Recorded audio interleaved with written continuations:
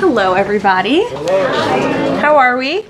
I apologize for my tardiness. It's quite the newsy day, and I was with the president talking about that news, so I look forward to taking your questions on it. But first, I want to talk about President Trump's historic and incredible speech last night. The American people and the entire world watched President Trump powerfully lay out how he's renewing the American dream in a record-breaking joint address to Congress. And Americans loved what they heard. According to a CBS YouGov survey, an overwhelming 76% of those watching approved of President Trump's speech last night. The president spoke about how he's taken more than 400 executive actions on his key promises. The expectations were high, and President Trump is exceeding them. According to brand new polling from the Daily Mail, President Trump has never been more popular as his approval ratings are reaching historic highs. More Americans believe America is headed in the right direction than the wrong direction. Everyday Americans love this president because he tells it like it is, no matter what, and he did that last night. President Trump level set with the American people on the economy and exposed how badly Joe Biden screwed it up by causing the worst inflation crisis in 4 decades. President Trump was honest about where we are while making clear that help is on the way. As the president declared last night, he will make America affordable again. Last night, you also saw who motivates the president to work so hard.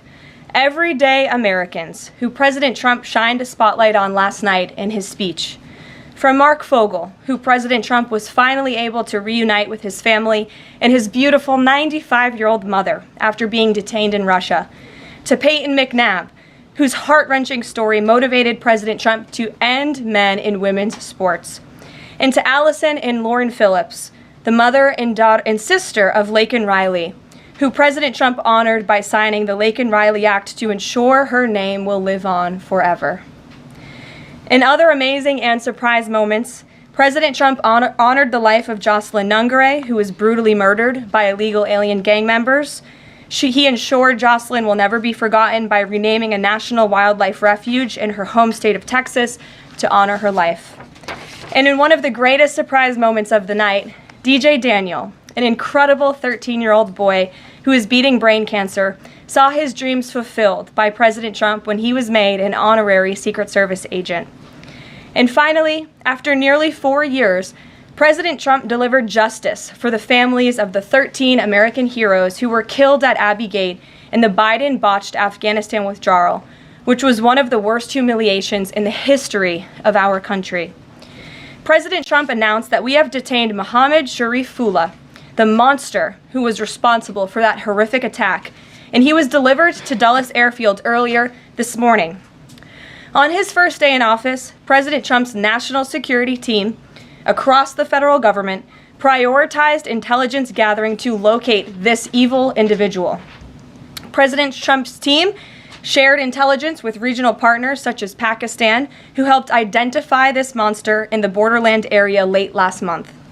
Mohammed confessed to his crimes related to Abbey Gate and other attacks in Russia and Iran as well to the Pakistanis. And U.S. law enforcement officers traveled to Pakistan over the weekend, where he again confessed his crimes to the FBI. As President Trump said last night, this killer will now face the swift sword of American justice for these atrocities right here on United States soil.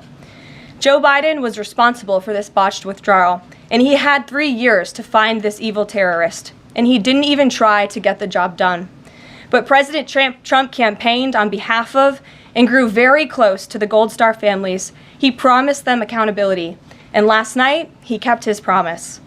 He spoke to those Gold Star families yesterday, ahead of his speech, in an incredibly heartwarming call to share this incredible news. And as President Trump asked in his speech last night, how could anyone possibly be opposed to any of this action that he is taking? Well, apparently, the modern-day Democrat Party could. The behavior of Democrats last night was completely disgraceful and demonstrated how severely out of touch they are with the American public. It was the most shameful moment in the history of presidential addresses in that beautiful chamber. In what was supposed to be a unifying moment for our country, Democrat members of Congress instead screamed at the President of the United States, who was just overwhelmingly reelected by their constituents, walked out of the chamber, and worst of all, they disrespected the American people. Democrats didn't stand to keep men out of women's sports. They couldn't even clap for a girl who got her head smashed in by a man on a volleyball court. Democrats didn't stand for an innocent and beautiful child who is surviving brain cancer. They opposed eliminating taxes on tips and Social Security. They didn't stand in favor of cutting taxes for hardworking Americans. They couldn't even clap for two mothers whose daughters were killed by illegal aliens. One of the only things that could get Democrats off their feet last night was cheering for Ukraine, not for America. Last night was a very clarifying moment for our country. The Democrats exposed themselves as the party of insanity and hate, the party that wants to put America last. They've allowed their Trump derangement syndrome to stop them from celebrating America and our people, and we will not allow them to forget that. And it's not just the Democrat Party. The mainstream media still doesn't get it. Last night, MSNBC's Nicole Wallace disgustingly looped in a 13-year-old boy with brain cancer into an attack on the president over January 6th. And CNN's first chyron out of the speech called it divisive. President Trump wasn't divisive. The Democrats were. And CNN was proven wrong by their own viewers, 69% of whom, in a post-speech poll, said they had a positive reaction to the president's speech. It's sad and frankly pathetic that Democrats and liberals in the legacy media continue to allow their hatred for the president to override their love for our country. But nevertheless, the president will continue to unify this nation through policies that are grounded in common sense and that uplift all Americans. We have an individual in our new media seat today, Mary Margaret Olahan, who is the Daily Wire's first ever White House correspondent. Congratulations, Mary Margaret. The Daily Wire was founded 10 years ago by Ben Shapiro. The Daily Wire now has over 1 million paid subscribers, a monthly network reach of 138 million, and has evolved into a leading conservative multimedia giant. They are now the 5th largest podcast network in the world and home to some of the top-ranked shows. With that, I will take your questions, and Mary Margaret, why don't you kick us off? Thank you so much, Karoline. It's great to be here. Thanks. So I had 2 questions, if that's okay. The first Sure. on last night and the second on Maine. You talked about behavior from Democrat lawmakers, a lot of disruptions, and I just wanted to kind of go back to that. We saw Democrat lawmakers not stand for Laken Riley, for Peyton McNabb, for the son of a slain police officer and 13-year-old cancer survivor. What are the optics of that nationally, just in terms of not just the people who were in the room last night, but across the nation? And also, was President Trump expecting this type of behavior when he was crafting his speech? So I gave a quote to one of the media outlets in this room yesterday that Democrats behaving like children would be the least surprising thing of the night. And unfortunately, that quote did turn out to be true. I think the president and everyone, frankly, was surprised by the Democrats refusing to stand for not the president's policies, because frankly, we expected that, but for the everyday Americans who President Trump was shining a light on their stories. Mark Fogel, for instance, an American school teacher who was detained by the Russians. President Trump freed him. If Joe Biden had done that, they all would have been on their feet, but because of it came from President Trump, they weren't. So we think it's very sad, but we're very proud of the president today, and the American people are the people that this president cares about most, and the reviews are in, and everybody loved his speech. Thank you. And then on Maine, we know that the governor of Maine has really pushed back against the president's executive order saying that boys should not be in girls' sports. I spoke with a lawmaker from Maine this morning who told me she'd been censured by state lawmakers for calling a man and speaking up on this. What is the next move for the White House in this battle to protect the integrity of women's sports? Yeah, well, the Department of Education has sued the state of Maine. As you know, there's ongoing litigation. The president has made a commitment to ensure that states are being held accountable if they continue to allow men in women's sports, which he believes is an egregious violation of taxpayer dollars. And so that fight continues, and the president won't back down. Again, this is a common sense policy. 80% of the American people, including more than 60% of Democrats, do not want men in women's sports. So the president will stand by this commitment. Thank you. Gabe, good to see you in here. Good to see you, Caroline. A couple questions. One, can you confirm that the president held talks with the big 3 automakers today, speaking about potentially delaying tariffs? I can confirm, and I'm glad that you asked, because the president sent me out here with a statement directly from him on this. I saw it was reported earlier today by Bloomberg News, and he wanted me to share this with all of you. We spoke with the big three auto dealers. We are going to give a 1-month exemption on any autos coming through USMCA. Reciprocal tariffs will still go into effect on April 2nd, but at the request of the companies associated with USMCA, the president is giving them an exemption for 1 month so they are not at an economic disadvantage. So the three companies that he spoke to are Stellantis, Ford, and General Motors. They requested the call, they made the ask, and the president is happy to do it. It's a 1-month exemption. And the president just posted on social media that he had spoken with Prime Minister Trudeau. He says he's not satisfied with what the Prime Minister has said when it comes to fentanyl, but less than 1%, as you know, less than 1% of the fentanyl seized last year was in the northern border. What else does Canada need to do? Well, the president did just put out a statement on his call with the governor, Justin Trudeau, as he calls him, of Canada.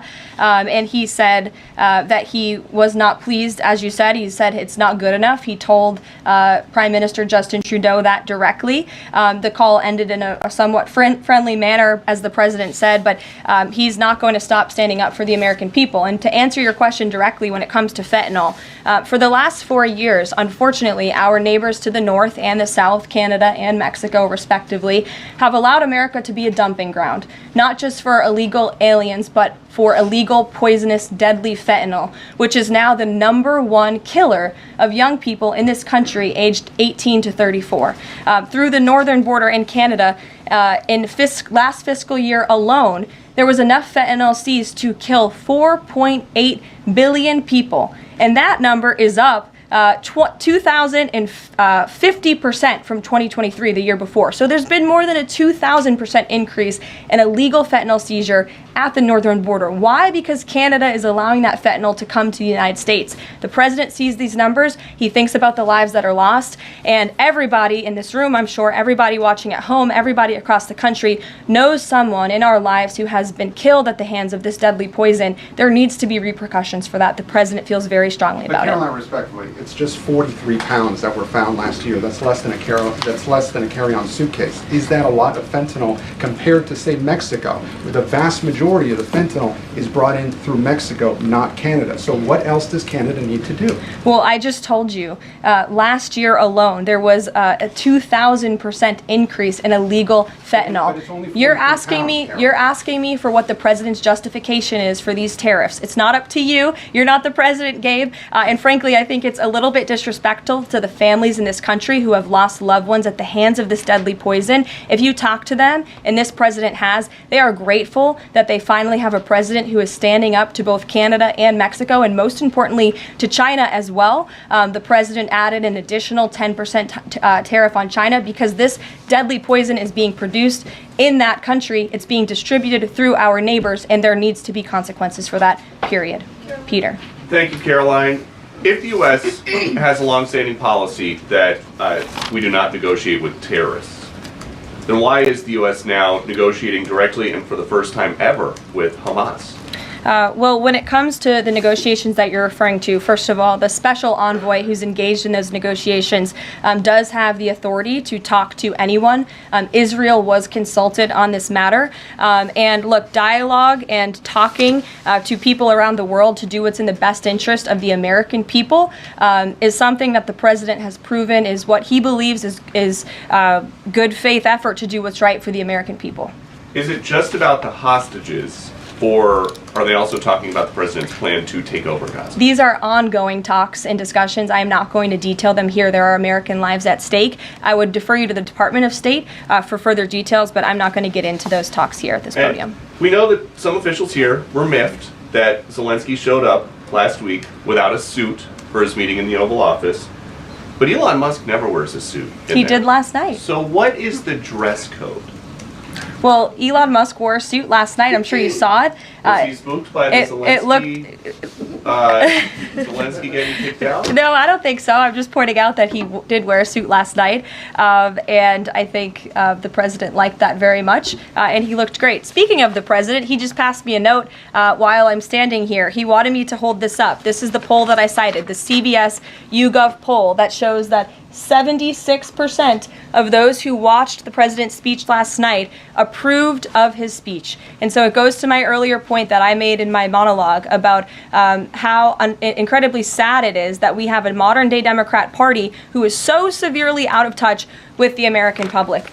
This is a great poll. The ultimate poll, though, came on November 5th when the president won by an overwhelming margin that he spoke about last night. Democrats weren't happy to hear that either. Ouija. Thank you, Caroline. Back on tariffs, last night President Trump said there will be a little disturbance, but we're okay with that. Can you put a dollar figure amount on how much the average American family should expect to pay as this disturbance? And why should Americans be okay with that when so many are already struggling to pay the bills? Well, first of all, last night, the president told the truth. And he was realistic, and he level set with the American people.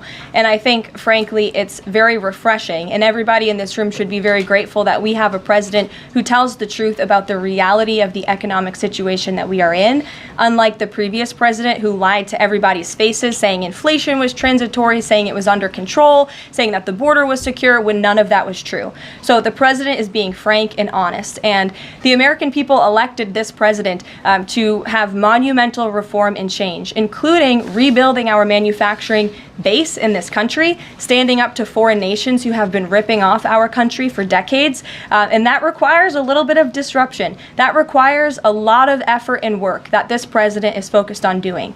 With that said, as the president said last night, his administration is wholeheartedly committed, of course, to ending the inflation nightmare caused by the Biden administration. Look at the deregulation efforts.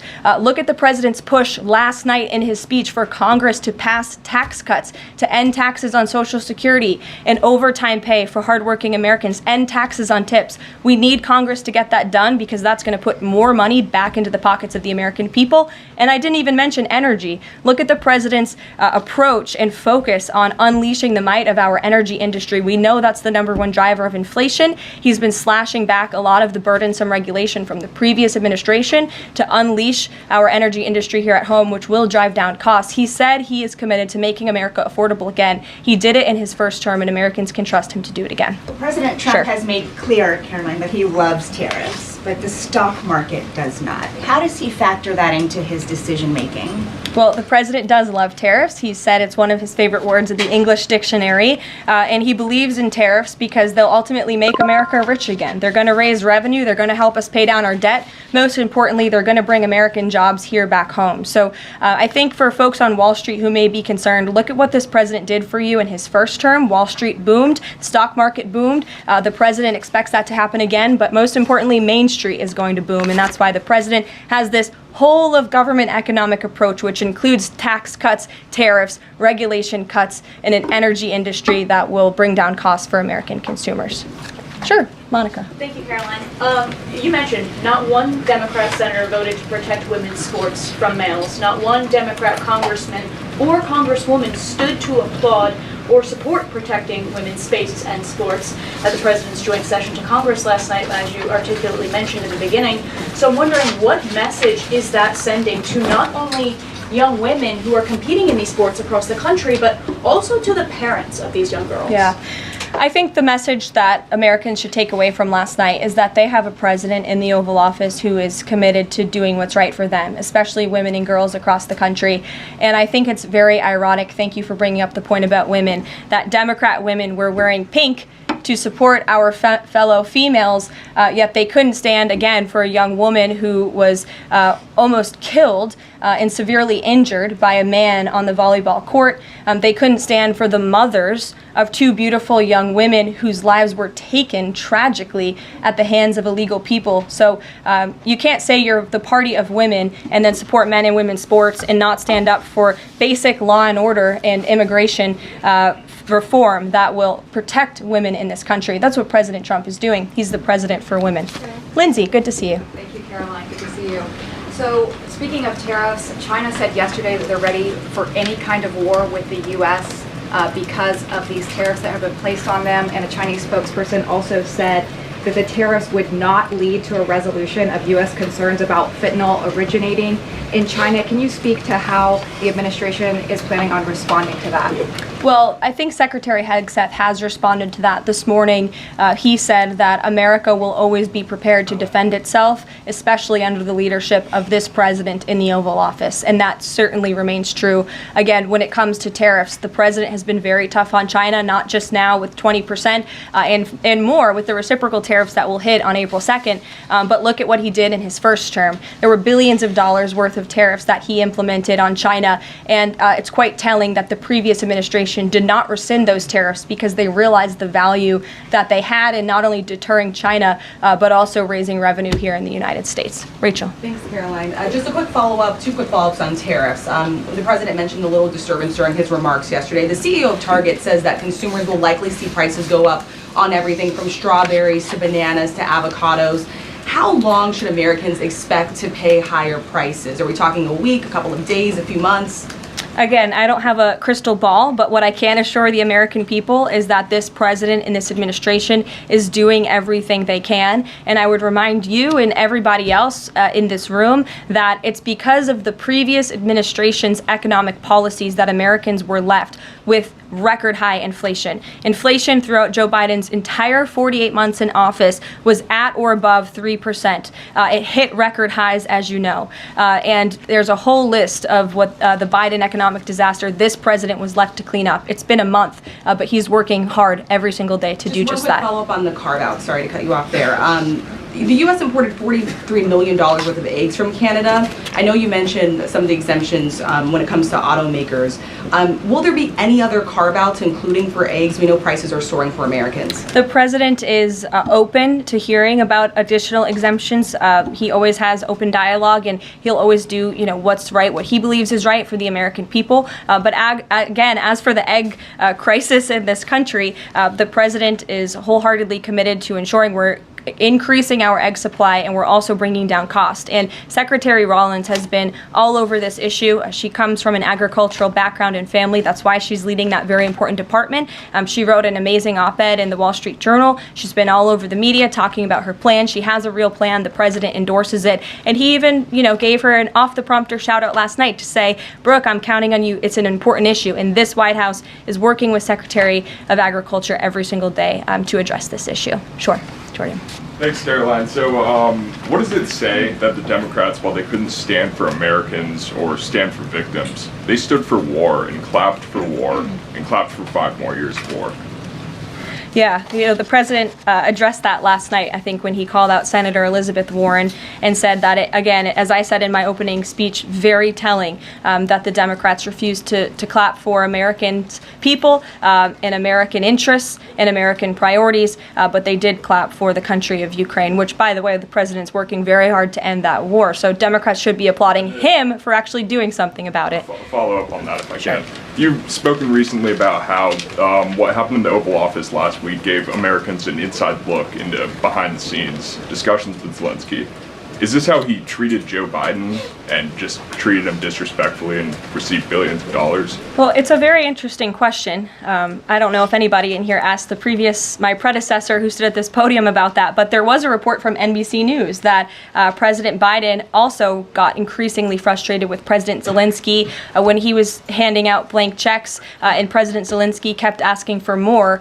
Joe Biden was quite frustrated with that. So again, as I've said repeatedly, Friday revealed the frustrations that this administration has had in closed-door negotiations with the Ukrainians. However, President Zelensky did put out a statement yesterday, which we believe is a positive step forward. And National Security Advisor Mike Waltz has been talking to his Ukrainian counterparts. And so we're in the midst of this, and we'll see what happens next. Caitlin. Thanks, Caroline. I have 2 questions. One on the reprieve that is being granted to these 3 automakers for 1 month on the tariffs on Canada and Mexico. How did the president settle on 1 month? The reciprocal tariffs will go into effect on April 2nd, and he feels strongly about that no matter what, no exemption, so that's where the 1 month comes from. Does he expect them to be able to shift production within a month? He told them that they should get on it, start investing, start moving, shift production here to the United States of America, where they will pay no tariff. That's the ultimate goal. And on the conversations between the White House and the Ukrainians and the letter that President Trump revealed last night that he got from President Zelensky, Director Ratcliffe said today that the president has paused also intelligence sharing with Ukraine. Is that temporary or is that permanent?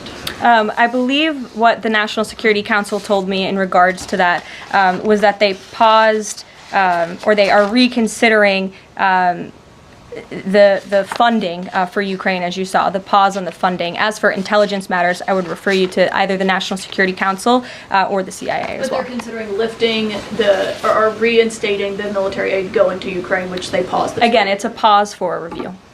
Follow up on that. Sure. The president read parts of the letter that he received last night from President Zelensky. Can you give us a sense of when President Trump now plans to sign that minerals deal after receiving that letter? Those talks are happening as we speak. I just saw the National Security Advisor. He's working very hard on it. I believe he was going into the Oval Office to give the president an update on where this stands. But again, the president is committed to a peace deal. He wants to see this war end. And I think that President Zelensky's message, which he also shared on X as well, is a positive sign in the right direction. The president also said that the United States was reclaiming the Panama Canal.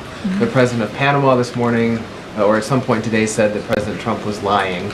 Wanted to get your response to that, and also curious if the president had a reason for not specifically mentioning BlackRock last night when he was praising the company that is buying canals or ports around the Panama. Yeah, I'm not sure if Panama has seen what's going on with their own canal, but as you just mentioned, BlackRock is now interested in investing and taking over the two ends of the port, which is very important because the president was very vocal several weeks ago about the need to ensure that China is not controlling the Panama Canal.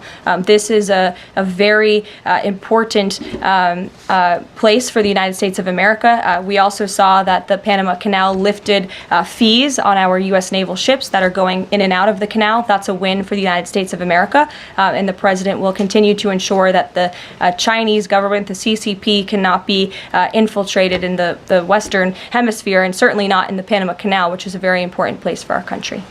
Dasha. The president continues to call the Prime Minister of Canada, Justin Trudeau, Governor of Canada. I'm curious what he means by that and if there are any plans that are moving forward with trying to make Canada the 51st state. And I have a follow-up on the economy as well. Sure. Well, the president put that in his True Social account, or his True Social post earlier today.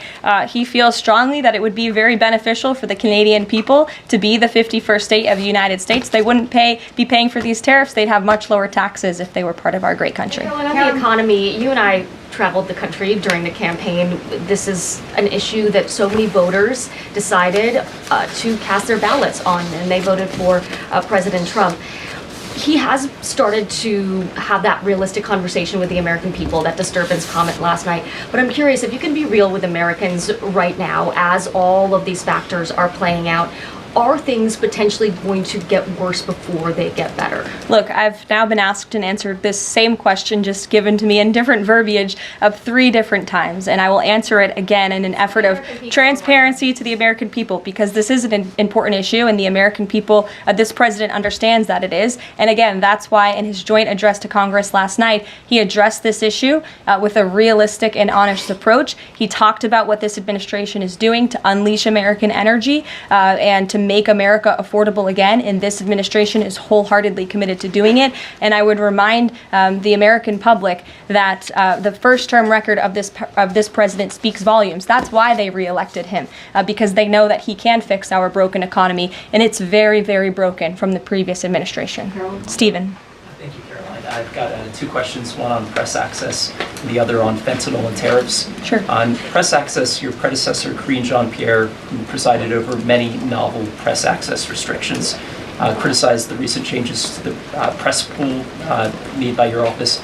She said in an interview, quote, "What we're looking at is what North Korea is doing." What's your response to that, and can you say anything to allay concerns that unfavorable coverage will be punished in this new press pool system? I think that's the same individual who said from this podium numerous times that the commander-in-chief was mentally and physically up for the job, which we knew was a lie. Many people in this room knew it was a lie. Many of you were admonished for asking questions about that truth. So when it comes to truth and transparency, this administration, this White House is setting the example. This president is taking far more questions than his predecessor, Joe Biden, did on a daily basis, and that will continue. And on fentanyl and tariffs, Fentanyl produced largely in China has killed 334,000 Americans over 5 years. According to CDC data, that's about 1 in every 1,000 Americans. President Trump has cited this for applying new tariffs to Canada, Mexico, and China. But in addition to China's talk about being ready for any kind of war, they said yesterday, the foreign ministry said that, quote, the fentanyl issue is a flimsy excuse to raise U.S. tariffs, and, quote, the U.S., not anyone else, is responsible for the fentanyl crisis. So what's the response to China that the talk of fentanyl is just an excuse for tariffs, and what does that say about the resolution? Well, of course, the country that is getting very rich off of distributing this deadly poison to American citizens is going to say that. Again, the president knows where the American people stand on this issue. Fentanyl overdoses. Dasha brought up all of us campaigning all across the country. They talked about inflation. They also talked about the border, the illegal immigrants that we're pouring through, but also these deadly drugs. And again, the president keeps in mind those families every single day when he is making these tough decisions. But it's a necessary decision, and he's no longer going to allow the United States of America to be a dumping ground for illegal immigrants and for illegal drugs that are killing our nation's people. This is the #1 leading cause of death in our country, and there needs to be action taken to ensure that cannot continue. Thank you very much, guys. We'll see you later. Thanks, Caroline. Caroline.